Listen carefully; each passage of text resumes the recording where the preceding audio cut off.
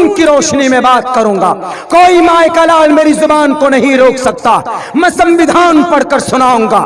میں بتاؤں گا دنیا والوں کو, دنیا کے ان ان پڑھ گوار لوگوں کو جو اپنی گدی بچانے کے لیے, اپنی راجنیتی کی کرسی کو بچانے کے لیے یہ صرف ہندو اور مسلمان کی بات کرتے.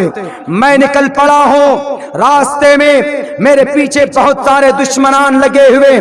کبھی میری گاڑی میں شراب ڈالی جاتی ہے, کبھی مجھے IRSS کے IT سیل کے ذریعے سے ڈرایا جاتا ہے, کبھی زی نیوز کے ذریعے سے مجھے دھمکایا جاتا ہے. میں نے کہا کہ بیٹو جتنی طاقت ہے لگا لو عبداللہ سالم کے پیچھے.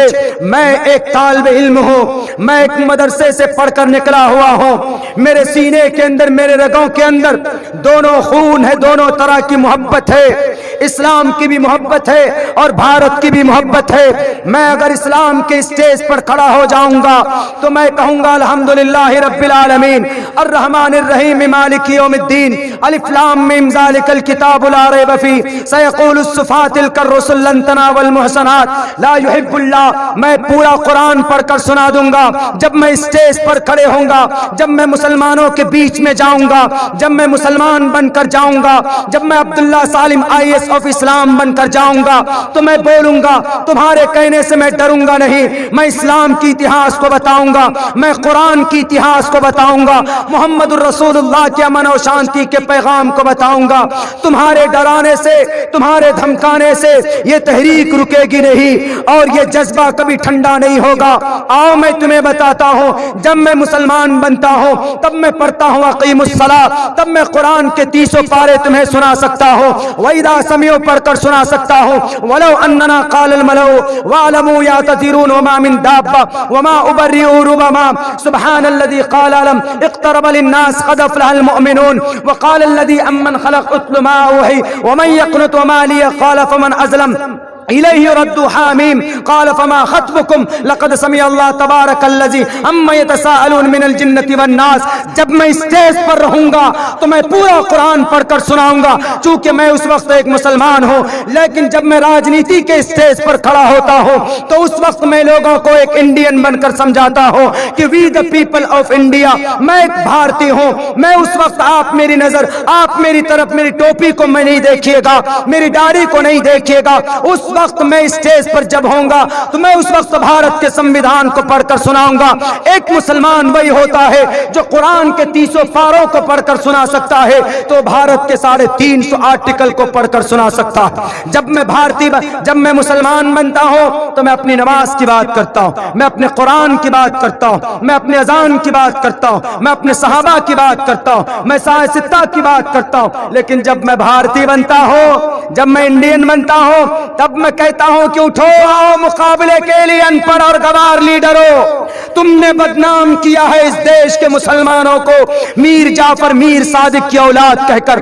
نہیں میرے مسلم بھائیوں, کیا تاریخ ہے آپ کی؟ کیا آپ میر جعفر کی اولاد ہو, میر صادق کی اولاد ہو؟